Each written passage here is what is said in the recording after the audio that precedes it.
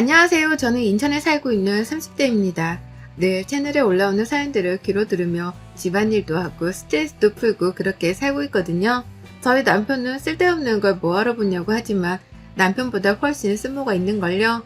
그렇게 즐겨보던 채널에 제 사연을 올릴 줄은 꿈에도 생각하지 못했지만 이렇게 된 이상 적나라하게 올려서 알아보는 사람이 많았으면 합니다. 원래 비혼주의 비슷하게 마음을 먹고 애매한 그 경계에 있다가 남편을 만나고 결혼을 했어요. 그게 아주 잘못된 선택이었고 제 인생에서 제가 스스로 한 선택 중 가장 잘못된 선택이었죠. 남편과는 지인 소개로 만나게 되었는데 첫 만남부터 만나는 데는 불편함 없이 이 사람과 만날 수 있었습니다. 늘 무슨 일이 있어도 제가 우선인 사람이라서 전 그게 좋더라고요. 남편은 저희가 나이도 있고 만난 지 1년도 넘었으니 이제 슬슬 결혼을 하자는 말을 꺼냈었지만 전 이때까지만 해도 결혼에 대한 고민이 컸던 사람이라서 많은 생각이 들었죠. 이 솔직한 속내를 연애 초반에 털어놓은 적이 있는데 제 말을 제대로 들어주지 않는 건지 남편은 똑같은 얘기를 계속 반복하게 했습니다. 남편은 결국 마음이 상한 건지 제 솔직한 속내가 궁금했던 건지 하루는 나를 잡고 작정한 듯 물어보더라고요. 부담 없이 솔직하게 말해줬으면 좋겠어. 결혼이 부담스러운 거야? 아니면 나랑 결혼하는 게 부담스러운 거야? 미안해. 그런 생각까지 하게 만들어서. 근데 나는 그냥 결혼 자체가 부담스러운 거지 당신이라서 싫고 좋고 막 그런 개념이 아니야. 그런 이유라면 괜찮아. 기다릴 거고 우린 결혼할 거야. 누구보다 행복하게 살 자신 있고 난 너 아니면 결혼 못할 것 같다. 남편은 제가 혹시 본인과의 결혼이 석연치 않아서 그런 건지가 헷갈렸나 봐요. 그래서 제게 솔직히 말해달라고 물어봤었고 그 물음에 솔직하게 말을 했죠. 저를 기다려준 남편은 특별한 걸 한 거 없고 정말 늘 그 자리에서 저를 기다려줬습니다. 그렇게 연애를 더 하다 보니 어느덧 3년차가 되었고 저도 확신이란 게 생기더라고요. 정말 이 사람이라면 믿고 결혼하지 않을 이유가 없겠다 싶어서 결혼을 선택하게 되었죠. 결혼을 겨우 결심하고서야 남편네 가족에 대한 얘기들을 들어보기도 하고 얼굴도 트면서 친해지기도 했습니다. 그전에도 대충 알았지만 깊숙하게는 몰랐거든요. 남편에게는 저보다 3살 어린 여동생이 있었는데 어려서부터 늘 사고뭉치였다고 하죠.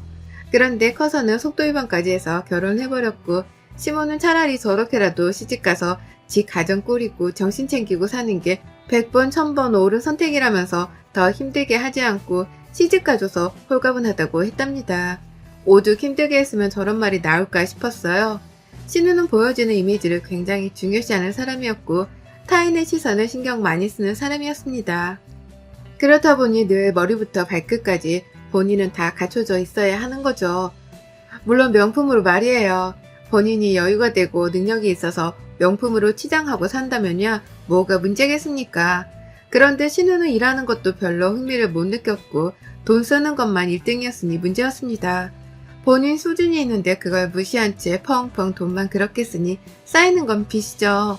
하루가 멀다 하고 남편과 시모가 수습하기 바빴다고 합니다. 그걸 이제 시집에 갔으니 본인 남편이 감당하고 있는 상황인데 얘까지는 애엄마가 애를 보는 게 우선이 아니라 명품관 가서 신상이 있는지 마음에 드는 게 있는지를 보는 게 우선이었어요. 그렇다고 신우 남편이 돈을 잘 버는 것도 아니고 평범한 중소기업에 다니는 성실한 회사원이었습니다. 회사원 급여로 신우의 사치스러움은 절대 감당할 수 없었죠. 알고 보니 신모가 카드를 쥐어줬고 그거랑 본인 남편 카드를 번갈아 가면서 그렇게 사리사욕을 채우고 있었더라고요. 신모는 또 막내딸이 기죽는 것도 싫고 원래 그런 애라면서 매일 감싸주기 바빴어요.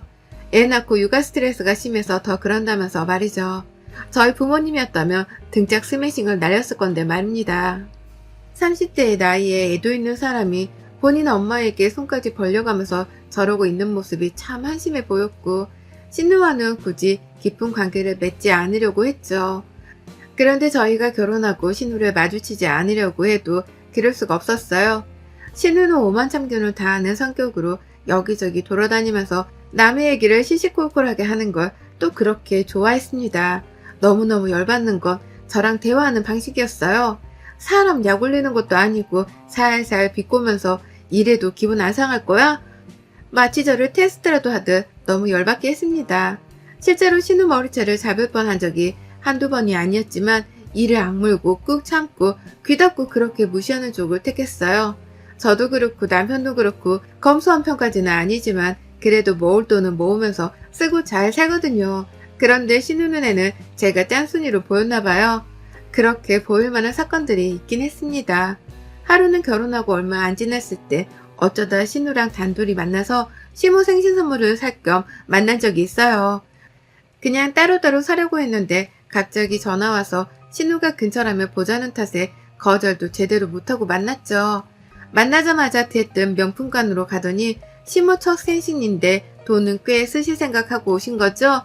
예, 이어서 설마 명품관이랑 안 친하냐며 저더러 처음 온 티 내지 말고 그냥 조용히 있으라는 겁니다. 어이가 없었지만 대체 어떤 모습으로 쇼핑을 하는지 지켜봤더니 명품관에 계신 직원분들을 마치 본인 아랫사람을 대하기라도 하듯 말도 짧아지고 걸음걸이의 표정 말투까지 다 변하더라고요. 그 모습을 지켜보는데 얼마나 웃겼는지 모릅니다. 저기 이거 보여줘봐. 나한테 어울리려나? 저번에 산 거랑 너무 비슷한가? 어때? 색감이 나랑 맞아? 아, 네, 잘 어울리는데요. 뭐가? 무슨 컬러가 어울리는데 그렇게 팔려고 영업치는 멘트 말고 진심을 다해서 말하란 말이야. 이까짓 거 2개, 3개 못 사겠어 내가? 근데 물어봤을 때는 그만한 이유가 있지 않겠어? 죄송합니다. 평소 옷 스타일이 오늘 착장이랑 비슷한 거라면 우측이 더 좋을 것 같아요. 는데요, 같아요. 왜 이렇게 대답해? 확신이 없어? 초짜야 뭐야? 아, 짜증나. 안 사. 나가요 언니. 명품이면 뭐해? 일하는 것들을 아무거나 데려다 놓으면 이 꼴이 나는 거지. 안 그래요 언니? 아가씨 지금 뭐 하는 거예요? 저분들이 뭘 했다고 직원들한테 반말하고 막대하고 너무 충격적이네.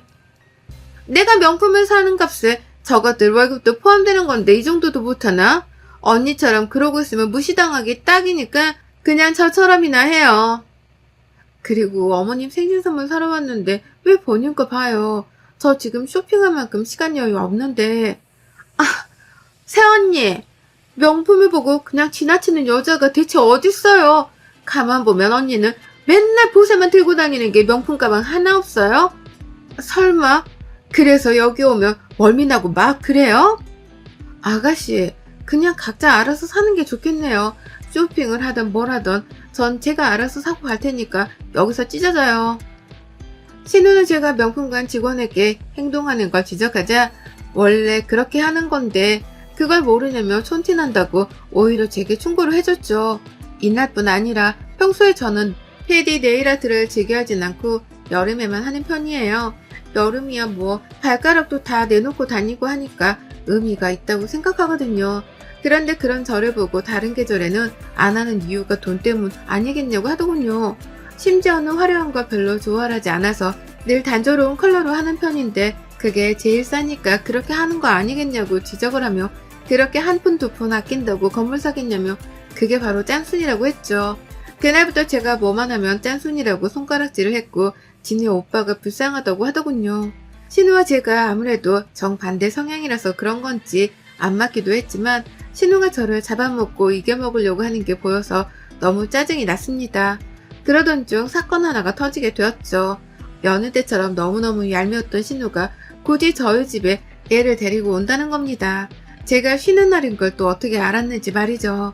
줄 것도 있다는 핑계로 온다는데 말릴 수도 없었고 뒤에 약속이 있다는 거짓말로 빨리 왔다 가라는 느낌의 신호를 보냈습니다. 아우 힘들게 왔어요 언니. 진짜 귀찮은데. 고생했어요 소윤이까지 데리고. 당연하죠. 얘 데리고 나오는 게 어디 쉽나? 시원한 물 좀 줘요. 얼음도 같이. 목 다 죽는 줄 알았거든요. 근데 줄 건 뭐고 갑자기 왜 여기까지 왔어요? 오자마자 천천히 좀 해요. 가만 보면 새언니 나 싫어하는 거 너무 티네. 그렇게 포커페이스가 안 되면 어째요. 상대한테 다 티나서. 저는 걱정 말고 말해줘요. 이거 우리 시댁에서 보내준 건데 들기름이랑 좀 가지고 왔어요. 양이 워낙 많아야지. 우리 시모는 내가 그렇게 적당히 좀 보내라고 해도 꼭 이렇게 보내더라고요. 아 고마워요. 잘 먹을게요. 근데 서윤이까지 데리고 오긴 너무 힘드니까 앞으로는 저희한테 말을 해요. 가질러 가든 할게요. 그리고 오빠한테 고맙다고 전해줘요. 덕분에 이번 달 카드값도 싹 해결하고 빚도 청산하고 속이 그냥 뻥 뚫렸거든요. 신우에게 들은 말은 너무 충격이었고 결국 저 말을 해서 제 속을 뒤집고 싶어 온 거였습니다. 대충 들어보니 3천만 원이나 해줬다는데 남편이 지금 3천만 원이나 해줄 현금이 없거든요. 열이 받아서 미칠 것 같았지만 결국 신우의 저런 수작에 놀아나고 싶지 않아서 표정 관리를 하며 말했습니다. 아가씨 근데 애도 있고 나이가 내일 모레 40대인데 아직도 엄마 카드 쓰고 오빠가 빚 갚아주고 이러면 자존심 상하지 않아요? 오히려 부모님께 용돈을 드려야 할 나이 아닌가? 뭐요? 나도 다 생각이 있어요. 지금이야 서윤이가 어려서 어쩔 수 없지만 제가 사회에 나가봐요. 그럼 돈 버는 건 일도 아닌데 뭐 그때 효도에도 늦지 않고 가족이니까 서로 어려울 때 돕는 거지. 이해가 안 가서요. 제 주변 어디에도 얘까지 있는 상태로 엄마 카드로 쇼핑하는 사람은 없거든요. 근데 뭐 아가씨는 그럴 수 있다는 거니까 그렇다고 치죠 뭐. 오히려 신우를 부들부들 열받게 만들고 약속이 있어서 준비해야 하니 이만 가달라고 했습니다. 한마디로 신우는 저 얘기를 듣고 제가 극대노할 걸 눈으로 직접 보려고 굳이 얘까지 데리고 왔으나 제가 열받지 않고 오히려 본인을 열받게 해서 돌려보냈으니 이를 악물고 간 거예요. 이후에도 또 뭘로 사람을 괴롭힐까 싶었지만 신경 쓰지 않았습니다. 침착함을 유지하고 남편이 퇴근해서 올 때까지 기다렸고 왔길래 물어봤네요. 3천만 원이 어디서 났니? 무슨 3천만 원? 뭐 혹시 영지랑 얘기한 거야? 내 질문은 그게 아니잖아. 3천만 원이 대체 어디서 났길래 아가씨한테 그 돈을 다 해준 건데 그렇게 돈이 많았으면 말 좀 해주지. 나도 좀 흥청망청 살아보게. 그게 뭐 있는 거 조금이랑 대출받아서 해줬어. 애 키우면서 빚독촉 받고 이러니까 너무 힘들어해서. 힘들어하면 정신 차리게 해주는 게 가족이고 오빠가 할 일이지. 정신 못 차리는 동생한테 매번 돈으로 해결해주는 게 가족이고 오빠니? 그럼 물어보자. 언제까지 그 해결을 당신이 해줄 수 있는데 이제 아가씨 나이가 몇이야. 거기다 본인 남편도 있고 애도 있어. 알아서 살게 냅두라고 해줄 만큼 해줬잖아. 딱 경고하는데 이 시간 이후로 아가씨한테 단돈 100원이라도 해주면 가만 안 둘 거야. 그리고 이런 돈 문제는 무조건 나랑 상의해. 알겠어. 정말 미안해. 알아서 갚고 빚이 생겼다고 용돈이 늘어나거나 그런 거 바라지 마. 살기 힘들면 돈이 없으면 당신이 저지른 일에 대한 책임이다 생각하고 알바해. 남편과 우선 이 일은 이미 벌어진 일이고 주워 담을 수도 없으니 이쯤 했습니다. 대신 신우 남편에게 경고식으로 전화를 한 통 했어요. 저예요. 늦은 시간에 미안한데 저희 집도 덕분에 난리가 나서 전화를 안 할 수가 없어서 했어요. 아가씨 단속 좀 잘해주세요.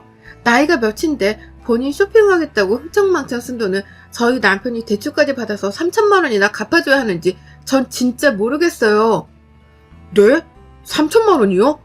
아니 그게 무슨... 혹시 모르실까 했는데 역시나네요. 3천만 원 해줬는데요. 빚독촉에 시달려서 죽을 것 같다고 하도 죽는 소리를 해서요. 그걸 또 저 열받으라고 저희 집에 얘까지 데려와서 말하는 거 보고 전 진짜 오늘 하루 너무 충격적이었거든요. 그러니까 제발 아가씨 단속 좀 해주세요. 언제까지 저렇게 살게 될 수는 없잖아요. 저도 이것 때문에 엄청 싸우거든요. 하루가 멀다 하고 싸우는데 해결책도 없고 해결도 안 나고 미치겠어요. 근데 3천만 원까지 받아놓고 저한테는 아무 말 안 하는 거 보니까 숨기려는 것 같은데 이건 제가 알아서 할게요. 그리고 피해드리지 않을게요. 죄송합니다. 신우 남편에게 저렇게 말하고 나서 신우의 전화는 미친 듯이 왔지만 차단해버렸어요. 시끄러워서 잘 수가 있어야죠. 그 다음날은 바로 시모에게 전화가 왔고 욕 한 바가지를 먹었습니다. 수진이니? 난데 어제 일 대체 왜 그런 거니 너? 영지채 한숨도 못 자고 울고불고 아주 난리도 아니었거든. 거기다 쟤네 이혼한대. 너 이거 어떻게 책임질 거야? 아무리 대출 받아준 게 열받고 짜증나도 그렇지. 당사자도 아니고 남편한테 전화해서 그럴 일이야?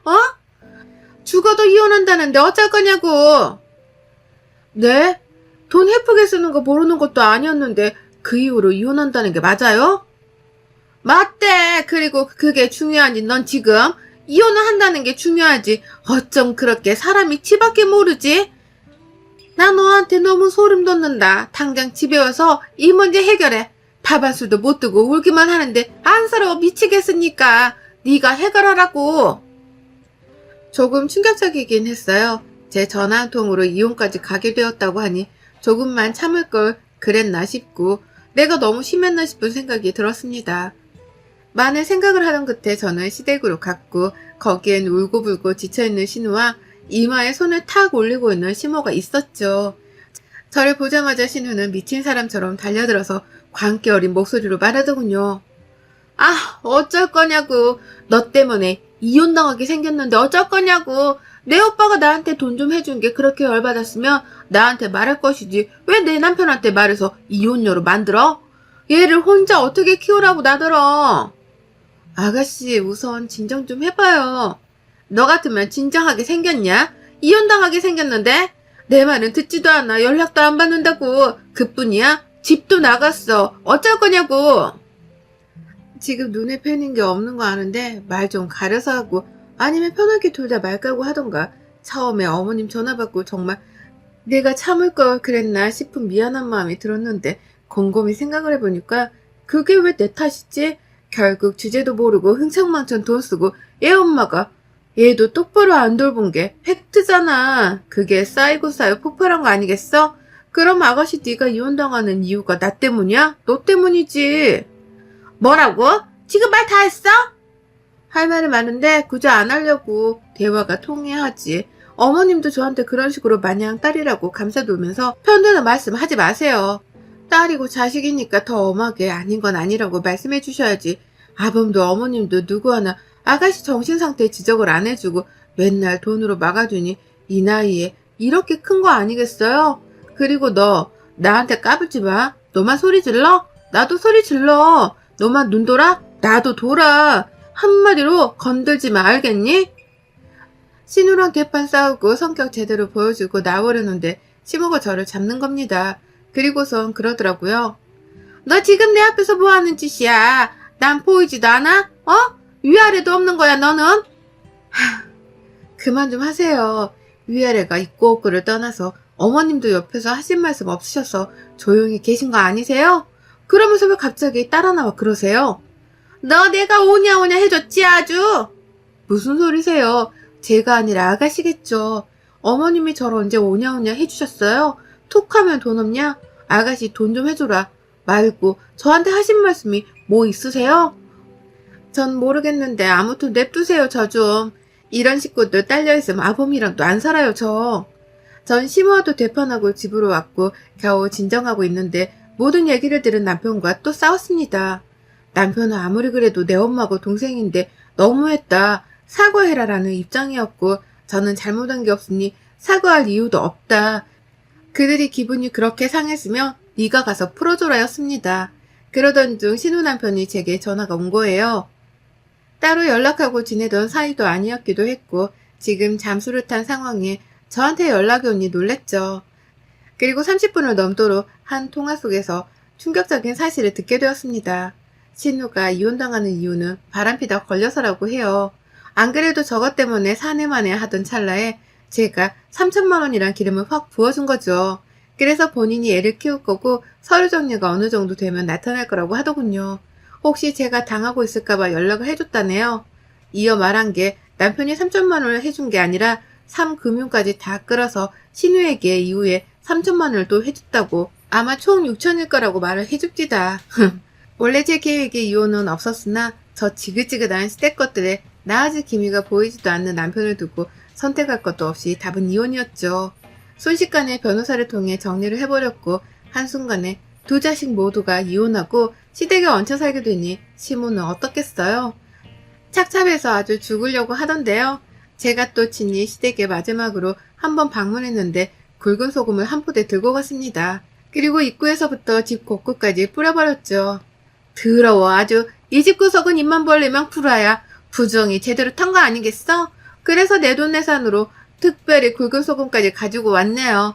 야 최영지, 너 바람 펴서 이혼당한 게 어디서 내 핑계를 대며 찔질 짜? 너나 니네 애미나 아주 연기자라 깜빡 속았지 뭐니. 그리고 영수야, 너는 그냥 네 동생 영지랑 네 애미나 잘 모시면서 목이 피 빨리듯 그렇게 살아라. 그게 네 팔짱가 봐. 그치? 어머님은 좋으시겠어요. 자식 새끼들이 한 번에 이혼하고 돌아왔으니 그렇게 품에 끼고 사세요, 평생. 야, 너 말 다 했어, 진짜? 내가 바람을 피든 뭐라도 네가 무슨 상관이야? 상관없어. 근데 왜 구라쳤어? 솔직히 말하지 그랬어?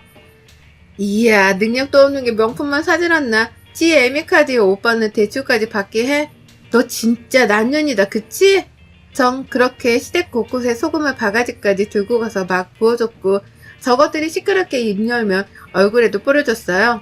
퇴퇴하며 내뱉는 모습을 보니 웃겨 죽겠던데요. 여러분의 생각은 댓글로 남겨주세요. 오늘도 시청해주셔서 정말 감사합니다.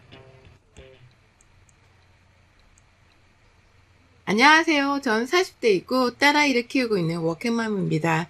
워킹맘이라면 아마 오늘의 제 사연이 더욱 공감 가실 듯해요.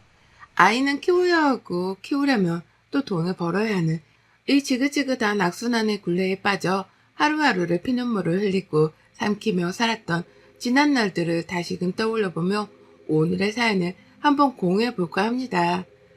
전 웹디자인의 편집 쪽으로 일을 하고 있어요.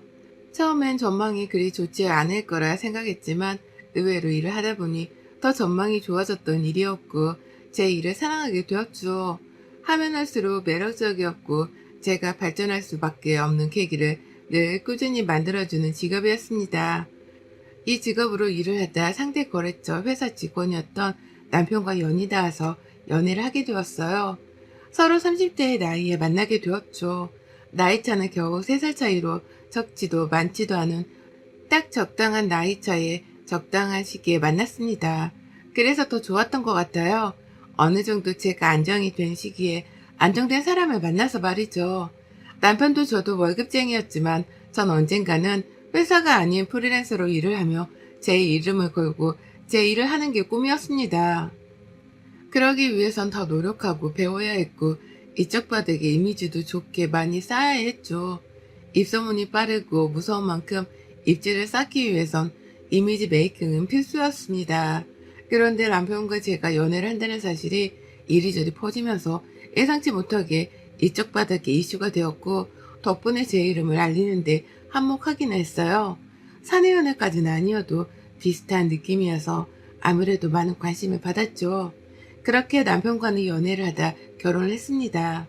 저희 부부는 결혼 후에도 변함없이 맞벌이를 했어요. 그리고 언제고 아이를 낳더라도 맞벌이는 할 계획이었습니다. 요즘 세상에 맞벌이가 아니면 도저히 살기가 힘들잖아요. 그러니 방법이 어디 있나요? 둘이 열심히 벌어먹고 사는 거 말고는 방법이 없죠.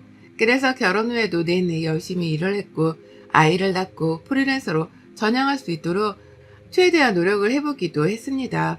그치만 프리랜서로 전향해서 일을 한다는 게 결코 쉽지도 않았고 아직은 제가 부족하고 배울 것이 더 많았기에 시기가 별로 적절하지 않다고 판단을 했죠. 그러던 중 저희 부부가 결혼한 지 1년쯤 되었을 무렵 아이가 찾아와 줬고 머리가 복잡했습니다. 많은 고민을 했으나 아직 프리랜서로 전향하는 건 무리가 있다고 판단을 했고 최대한 만삭 때까지 버티다 출산휴가를 받고 출산 후에는 육아휴직 딱 2개월만 하고 복직을 해야겠다 싶었죠. 저희 친정엄마께서 딸아이를 봐주신다고 하셔서 마음 놓고 일을 할 수 있었습니다. 결코 그렇게 하고 싶진 않았지만 방법이 없었어요. 시터를 구하자니 솔직히 남의 손에 그 어린애를 맡기는 게 쉽지가 않더라고요. 남편과 상의 끝에 위와 같은 결정을 내렸고 저희 친정엄마께서는 그래도 1년 정도는 쉬다가 들어가지라며 아쉬워하셨죠.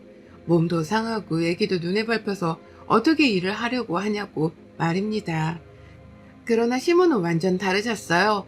요즘 젊은 여자들도 능력 없으면 결혼도 못하는 거라면서 애 낳고 집에 팔자 좋게 퍼져 사는 여자들 보면 한심하게 짝이 없다고 말씀을 하셨습니다. 이게 늘 제게 무슨 세뇌하듯 하시던 말씀인데 제가 일을 쉰다고 한 적도 없는데 혹여나 제가 일을 관두고 집에서 애를 볼까봐 불안해했죠. 그런 마음이 너무 느껴지니까 너무 꼴보기 싫었습니다. 난 요즘 집에서 남편이 벌어다 주는 돈 받아먹으면서 팔자 좋게 퍼져 사는 여자들 보면 그렇게 한심하기 짝이 없더라. 왜요? 어머님, 그게 다 본인 팔자죠. 전 부럽던데요. 남편이 돈 잘 벌어다 주니 집에서 편히 살림하고 애기한테 집중할 수 있는 건데 얼마나 좋아요. 미련하고 한심한 소리 하지 말아라. 넌 절대 그럴 생각도 하지도 마. 알겠지? 요즘 세상이 어떤 세상인데 직업 없는 여자들이 어딨어. 내가 애초에 너 맞벌이도 안 하고 직업도 없고 그런 애였으면 며느리를 허락도 안 했어. 남자가 집 사오고 돈 벌고 그런 거 다인 말이지. 요즘이 어떤 세상인데 안 그러니? 뭐 그렇죠. 그런데 신혼이면 맞벌이가 맞는데 아기를 낳으면 다르긴 하죠. 그 조그만 핏덩이를 두고 나가서 돈 번다는 게 어디 쉬워요? 어머님 얘기도 산모도 참 서로 못할 짓이죠. 얘 좀 봐라. 나는 애 낳고도 바로 뛰어다닌 사람이야. 요즘 세상이 이상해서는 산후조리원이네 뭐네 그딴 거에서 산모를 아주 무슨 여왕 대접하는데 그럴 필요가 뭐가 있냐, 안 그래? 아무튼 애 낳고 2개월 육아휴직 그거 하고 바로 일하는 거 맞지? 맞아요, 어머님. 가만 보면 어머님은 제가 일 안 하고 쉴까봐 너무 불안하신 것 같아요.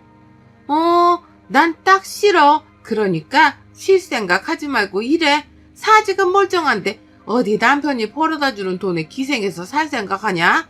얼마나 멍청하고 미련하면 안 그래? 전 이런 시모의 마인드가 너무 웃겼던 게 본인 소개였거든요. 저희 시모가 한평생 일을 해본 적이 없었습니다. 어려서 바로 시부랑 혼전임신으로 애 낳고 그렇게 사신 양반이라 한 번은 본인 손으로 일해서 뭘 벌어먹고 살아본 적이 없으셨죠. 그러다 시부가 남편이 20대 때 돌아가셨는데 그때 처음으로 일을 하셨냐고 여쭤봤더니 시부가 남긴 돈으로 아주 편히 살고 계신 양반이 저렇게 말을 하니 정말 웃겼습니다. 그리고 막말로 주부가 뭐 어때서요?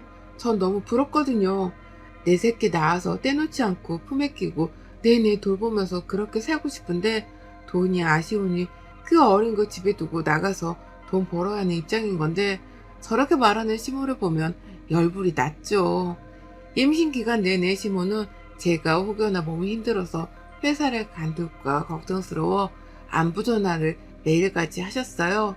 제 건강이 걱정되는 게 아니라 회사를 관둘까봐 말이죠. 나다. 출근은 했지? 별일은 없고? 네, 출근했고 별일 없어요. 그래, 산모들 보니까 다 만삭때까지 일하고 그러더라. 네가 뭐 몸쓸 일을 하는 것도 아니고 앉아서 컴퓨터나 두들기는데 힘들 게 뭐가 있겠어, 그치? 곧 출산이니 잘 버텨라.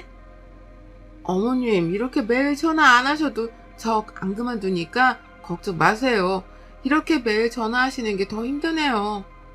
무슨 말을 그렇게 하니? 내가 너 그만둘까봐 전화했겠니? 안부 인사지. 어머님, 매일 전화하셔서 첫 물음이 출근했냐, 회사 잘 나가냐, 그만둔 거 아니냐고 여쭤보시잖아요. 그만해주세요. 시모는 정말 하루가 멀다 하고 전화해서 저랬어요. 제가 딱 출산 예정일 일주일 전에 출산휴가를 써둔 상황이었는데 이것도 트집을 잡았죠. 뭐하러 일주일이나 쉬냐면서 말입니다. 쉬면 뭐하냐고. 하루라도 일을 해서 돈을 벌 생각을 해야지. 어차피 컴퓨터 앞에 앉아서 일하는 거 힘든 것도 없는데 쉴 생각이나 한다면서 제게 미련하고 책임감이 부족하다는 말을 하더군요. 참 어이가 없고 화가 났지만 대꾸하지 않았습니다. 곧 출산을 앞두고 있고 제 감정이 애기한테 전달이 되니 굳이 시부 때문에 화를 내고 싶지 않았거든요. 겨우겨우 참았지만 출산휴가 고작 일주일 동안 시모의 잔소리 폭격에 스트레스를 잔뜩 받았습니다. 갑자기 뜬금없이 영상통화가 왔길래 전화를 끊고 다시 걸어서 잘못 꼬신 것 같아서 전화를 다시 걸었다니까 영상통화가 맞다고 받으라는 거예요.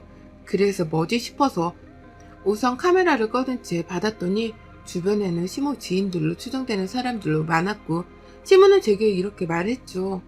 세정아, 애기 입체 초음파 최근에 한 거 있지? 아니 그거 좀 보여줘봐. 내가 그 사진을 잘못 눌러서 삭제했더라고. 네? 빨리 보여줘봐. 얘 코가 너무 오똑해서 코밖에 안 보인다고 하니까 이것들이 갓난쟁이가 뭘 그러냐고 안 믿잖니. 그렇게 전 입체 초음파 사진들을 하나 둘 셋 계속해서 영상통화로 보여드렸고 시모와 지인들은 애기의 얼굴이 이렇네 저렇네 평가를 하기 시작했죠. 이쁘고 안 이쁘고로 떠나서 아이의 얼굴로 평가를 하고 있는 걸 더 듣고 싶지가 않아서 끊고 싶었으나 시모는 거기서 겨우 참는 제게 한 방울 더 먹였습니다. 아참, 그리고 너 애 낳고 2달 있다 복직하는 거 맞지? 아니 내 친구네 며느리가 그런다고 해놓고는 지금 집에서 살림만 하고 있다는 거야. 글쎄 너는 그러는 거 아니지? 어머님, 제가 아니라고 여러 번 말씀드렸는데요. 커봐라, 얘는 아니라니까. 얜 지 돈 벌어서 지가 쓰는 애지 막 그런 애가 아니야. 시모와의 갑작스러운 영상통화는 너무 불쾌했고 끊으려고 하면 질문하고 끊으려 하면 질문을 해서 끊을 수도 없었습니다. 일주일 동안 시달리고 또 시달리다 겨우 출산을 했고 조리원에서 딱 2주 있기로 했어요. 그 2주 동안은 조리원 천국은커녕 시모의 전화 때문에 전 결국 전화를 꺼버렸습니다. 한마디로 사회와 단절하며 살았어요. 얘를 보여줘라. 회사에는 연락했냐? 복직 날짜는 정확히 언제냐? 하는 거 맞냐? 부터 시작해서 정말 악질일 뻔한 걸 겨우겨우 참아내고 있었습니다. 조리원에서 나오고 친정엄마께서 저희 집에 와 계시며 아이를 함께 돌봐주셨어요. 남편도 이런 친정엄마께 감사하다며 용돈과 수고비 개념으로 돈을 챙겨드리자고 했고 저 역시 당연히 그래야 한다고 선을 딱 그었죠. 그러면서 슬쩍 남편이 이참에 시댁에도 용돈을 드리자고 하는 겁니다. 많은 고민 끝에 금액은 당연히 아이를 봐주시는 저희 친정엄마께서 훨씬 많이 받으셨지만 시모에게도 약소한 용돈을 드렸어요. 그렇게 매달 돈이 나가게 되었죠. 육아휴직을 했던 2달은 정말 눈 깜짝해보니 흘러가 버렸고 어느덧 복직을 해야 할 시기가 되었습니다. 복직을 하고서도 문제가 없었던 건 친정엄마가 아이를 봐주고 있으니 너무 안심이 되었어요. 그치만 이 평온함이 그리 오래가지 않았죠. 친정엄마께서 허리가 원래 안 좋으셨는데 디스크가 너무 심해지셨고 도저히 이 상태로 아이를 받으려고 할 수 없었습니다. 엄마께서는 괜찮다고 하셨으나 전 절대로 그럴 수 없었죠. 이미 아이를 봐준 것 때문에 이렇게 되신 것 같아서 너무 속상했는데 말이에요. 결국 아이는 어린이집에 보내게 되었고 저희가 퇴근할 때까지만 딱 그 2-3시간만 시모에게 부탁을 드려봤으나 죽어도 싫다고 하셨습니다. 어머님, 상황이 이래서 그런데 연하 하원하고 저희 퇴근할 때까지만 넉넉히 3시간 정도만 봐줄 수 있을까요? 아우, 나는 얘 못 본다. 나 우리 애들도 겨우겨우 키웠어. 그리고 다 늙어서 얘 보면 골병 들어. 니네 엄마가 대단한 거지. 나는 싫다. 연아가 아무리 내 손녀고 이뻐도 내 몸까지 골병 들어서 봐줄 정도는 아니다. 나도 살아야지. 내가 골병 들고 어디 아프기라도 하면 니들이 뭐 나 책임져 줄 거냐? 그 잠깐 동안 봐줄 시터 구하는 것도 애매해서요. 그건 니들 사정이지. 니들만 애 키우는 것도 아니고. 아무튼 난 싫다. 시모는 딱 잘라 거절을 했고 결국 전 회사에 양해를 구해서 출근 시간을 당기고 퇴근 시간을 당겼습니다. 이것만 해도 이미 제 사정을 충분히 봐주신 거라 꽤나 눈치가 보이는 상황이었으나 아이를 키우다 보면 변수라는 게 참 많죠. 갑자기 아프기라도 하면 급하게 애를 데리러 가야 했고 그럼 일하다 말고 반차, 연차를 쓰고 가야 했어요. 이게 한두 번도 아니었던 게 유독 딸아이가 잔병치레가 많은 아이였죠. 너무 눈치가 보여 남편에게 연락해서 좀 가보라고 해도 본인은 절대 못 간다며 엄마인 당신이 알아서 하라는 말만 하고 연락 두절이었어요. 얘를 저 혼자 낳은 것도 아니고 저 혼자 키우는 것도 아닌데 열받는 것은 물론 서럽기까지 하더군요. 결국 이런 일이 반복되다 보니 근태가 엉망이 되었고 회사에서 공고사직을 당하게 되었죠. 그치만 억울하지 않았고 이해했습니다. 제가 대표 입장이라도 저 같은 직원 못 끌고 가죠. 하루아침에 실직을 하고 백수가 되니 막막하긴 했습니다. 그치만 어디까지나 아이를 키우다 일어난 일이고 저만의 문제나 책임이 아니라 생각했기에 남편과 진지하게 대화를 시도했죠. 내가 이럴 줄 알았어. 그래서 당신한테 같이 좀 하자고 했잖아. 당연히 같이 하는 게 맞지 않아? 나만 엄마고 나만 부모야? 어쩜 그렇게 무책임해? 돈만 벌어다 주면 그게 부모가 아빠니? 그럼 나도 그렇게 할 테니까 당신이 연하 케어해. 왜 나한테 다 떠넘기고 그래? 난 아빠고 당신은 엄마잖아. 결국 가장은 나 아니야? 가장이 무너지면 집 기둥이 무너지는 건데 그걸 원하는 거야? 이럴 때만 가장 같은 소리 하지? 어쩔 거야? 내가 다른 회사를 들어간다고 해도 이 상황은 똑같이 벌어질 거고 당신은 같이 해줄 마음도 없고 시터를 구하려 해도 쉽지 않고 그건 또 당신이 싫다고 하고 나더러 어쩌라고. 아 그냥 연아가 지금 너무 어려서 그런 거니까 한 2년 정도만 당신이 옆에 붙어서 살림하면서 해봐. 내가 2년 동안은 어떻게든 커버해볼 테니까 그게 좋겠다. 맞벌이로도 허덕였는데 당신이 외벌이로 뭘 어떻게 커버할 수 있는데 현실적인 얘기를 해. 생활비 따박따박 주고 내 돈 벌어서 다 꾸려 나갈 테니 그냥 살림하고 연하 키우라고 2년 동안은. 그렇게 결국 남편과의 다툼 끝에 결론은 2년 동안 저더러 집에서 살림을 하라는 거였죠. 이 말이 설레지도 기쁘지도 않았던 게 집 사정을 뻔히 아는데 대체 뭘 믿고 저렇게 큰 소리를 치나 싶었습니다. 그치만 당장 방법도 없었죠. 친정엄마도 시모도 그렇다고 시터는 또 남편이 싫다고 구하는 것도 쉽지 않고 이러지도 저러지도 못하는 답답한 상황 속에서 저만 죽어 나가는 거였으니 그냥 이를 보기로 했습니다. 그런데 이 소식을 접한 시모는 아니나 다를까 한 걸음에 집으로 쫓아와 한바탕 난리를 치셨죠. 너너 내가 이럴 줄 알았다. 뭐? 맞벌이를 할 거니 걱정하지 마. 코주양 몇 년 맞벌이하고 얘 핑계로 간독하면서 뭐 잘났다고 그렇게 큰 소리를 뻥뻥 친 건데 웃기지도 않네 정말. 너 결국 노리는 게 이거였냐? 아범이 번 돈으로 기생하면서 집구석에서 눌러앉아 그렇게 살려는 거였냐고. 어머님, 상황 뻔히 아시면서 그렇게 말씀하고 싶으세요? 뻔히 알긴 개뿔. 네가 얼마나 포기할 게 없으면 잘리겠냐? 네가 능력 있고 똑소리 나는 애였으면 회사에서 너 붙들고 있지 나가라고 했겠어? 아무짝에도 쓸모없는 게 그럴 거면 연하는 뭐하러 났어? 돈이나 더 벌고 나턴가 했어야지. 능력도 없는 게 여러 가지로 열받게 하네. 당장 나가서 일해. 돈 벌으라고. 마트 가서 일하던 편의점 가서 일을 하던 일해. 아범 돈에 기생할 생각하지 말고.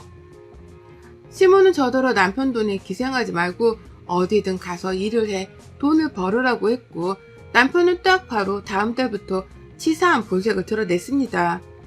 생활비가 들어있는 체크카드를 내밀며 앞으로 이걸로 생활비를 하라고 주며 말을 하더군요. 이거 생활비 카드거든. 여기 40만원 들어있으니까 앞으로 딱 한 달 동안 무조건 이걸로 생활해. 뭐라고? 왜 못하냐? 돈도 못 버는데 40만원이 꽁으로 생겼으면 감지덕지 해야지. 여보, 연하 엄마야. 왜 그러냐? 지금이랑 한 달 전이랑 같아? 왜 그래? 당신 똑똑하잖아. 당신 지금 뭐하는 짓이야? 이러려고 나더러 살림하라고 했어? 돈으로 치사하게 굴려고? 40만원이 꽁으로 생겼는데 이게 치사해? 이야, 이세정 수준 높네? 땅을 파봐라. 100원 하나 나오나. 내가 이 돈 벌려고 얼마나 개고생을 하는데 귀한 줄 모르고 어휴 굴려먹었다 당신은. 그리고 앞으로는 아껴야 하니까 적당히 먹어. 집에서 하는 것도 딱히 없는데 삼시세끼 다 먹을 필요 없잖아. 그치? 요즘 다이어트다 건강이다 해서 1일 1식 많이들 하니까 그거 해. 당신도 그래야 식비가 줄지. 나야 밖에서 먹으니 괜찮은데 당신 입으로 들어가는 건 다 내 돈이잖아? 말 다 했니 정말? 아니 다 안 했고 이번 달부터 당신네 집은 용돈 없다? 그건 뭐 당연한 거니 굳이 설명 안 한다? 야 김민수 너 진짜 이럴래? 양심이 없네? 그럼 돈도 못 벌면서 니네 집에 용돈까지 보내라고? 내가 번 돈으로 생색은 다 내시겠다? 그게 아니라 지금 양가에 드릴 용돈은 다 못 드리지. 한 푼이 아쉬운데 우리 한편에 어떻게 용돈을 드려? 아니지, 난 벌잖아. 우리 집에 난 드릴 수 있는데? 정 효도하고 싶으면 네가 벌어서 드리던가. 왜 자꾸 우리래? 너는 못 벌고 나는 버는데. 남편은 심각할 정도로 절 무시했습니다. 본인이 경제권을 확 쥐고 흔들기 시작했고 돈으로 치사하게 굴었죠. 서러워서 참 많이도 울었어요. 제가 잘못한 게 뭐가 있나 싶었는데 아무리 생각해도 전 그저 사랑하는 사람과 결혼해서 서로를 닮은 아이를 낳은 것 말고는 없는데 어쩌다 이렇게 된 건가 싶었습니다. 그리고 저 사람과 시모가 저를 기생충, 거지 취급할수록 전 악해졌고 이를 악물었어요. 시모는 제가 하고 다니는 화장, 옷, 가방, 신발뿐 아니라 저희 집 가구 소품, 가전제품 등등 모두 하나씩 트집을 잡으며 돈도 없는 백수가 하고 다니는 건 갑부 같다면서 대놓고 비꼬며 욕을 했죠. 이미 다 있던 거고 일을 그만두고 저를 위한 쇼핑을 한 게 없는데 말입니다. 검소한 줄 모른다며 본인 아들만 불쌍하다고 내내 조욕을 하다 가는 게 일상이었던 시모였죠. 전 남편을 버리고 싶었고 시모와 남편에게서 벗어나고 싶었습니다. 그러기 위해선 제가 경제력이 다시 있어야 했죠. 늘 미루고 미뤘던 프리랜서의 길로 다시 접어들었고 아이가 어린이집에 가 있는 시간과 아이가 자는 밤 시간을 이용해서 미친 듯이 했어요. 하루에 정말 몇 시간도 제대로 못 자고 말입니다. 그렇게 제 이름을 걸고 제 일을 시작했고 하나둘 제 이름을 기억해주는 업체들을 만나기 시작하며 슬슬 일거리들이 생겼어요. 그렇게 일감이 늘어나며 계약건들이 늘었고 기대 이상의 성과를 냈습니다. 월급쟁이였을 때 연봉을 한 달 만에 벌게 되기도 하고 그 이상을 벌면서 프리랜서의 길은 대성공을 했죠. 남편과 시모는 제가 컴퓨터 앞에 앉아서 그저 미련하고 멍청한 짓을 한다며 이렇게 돈을 버는 줄도 모르고 전기세 아까우니 그만하라고 나무랐고 나중에는 생활비에서 그 몇 푼 하나는 전기세를 빼고 주더군요. 그러던가 말던가 신경도 안 쓰고 있었고 전 변호사를 통해 미리 모든 걸 다 정리한 후 이혼 통보를 했습니다. 다른 건 다 괜찮은데 제가 번 돈이나 양육권을 빼앗길까 무서워서 이 부분을 철저히 준비했죠. 남편과 시모는 이혼을 통보한 제게 이렇게 말했어요. 이혼? 너 지금 이혼하자고 했냐? 드라마 좀 그만 보랬잖아. 세정아, 연아 엄마야. 왜 그래?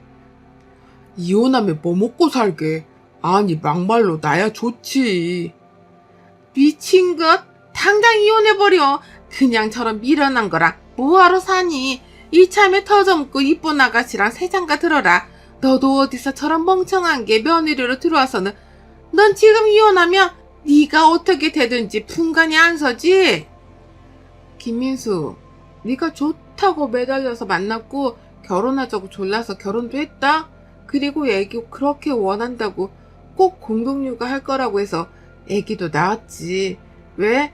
그만큼 신뢰했으니까. 근데 결국은 너나 네 엄마나 주둥이로 나부거리는 거 말고는 할 줄 아는 게 아무것도 없어. 둘을 보면 딱 그 말이 떠올라. 물에 빠져도 저것들은 주둥이는 둥둥 뜨겠구나. 이혼 빠르게 해줘. 그리고 꼭 세장가 젊고 이쁜 여자랑 하길 바라고 너도 니네 엄마도 나중에 너무 배 아파 죽진 않길 바래. 특히 어머님 성질이 워낙 고약하셔야지 배 아파 죽다 쓰러지실까 걱정이네.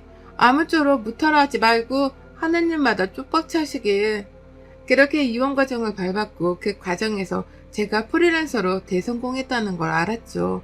저희 부모님께 각각 드림카이셨던 제네시스와 벤츠를 뽑아드렸고 명품도 이것저것 선물해 드렸거든요.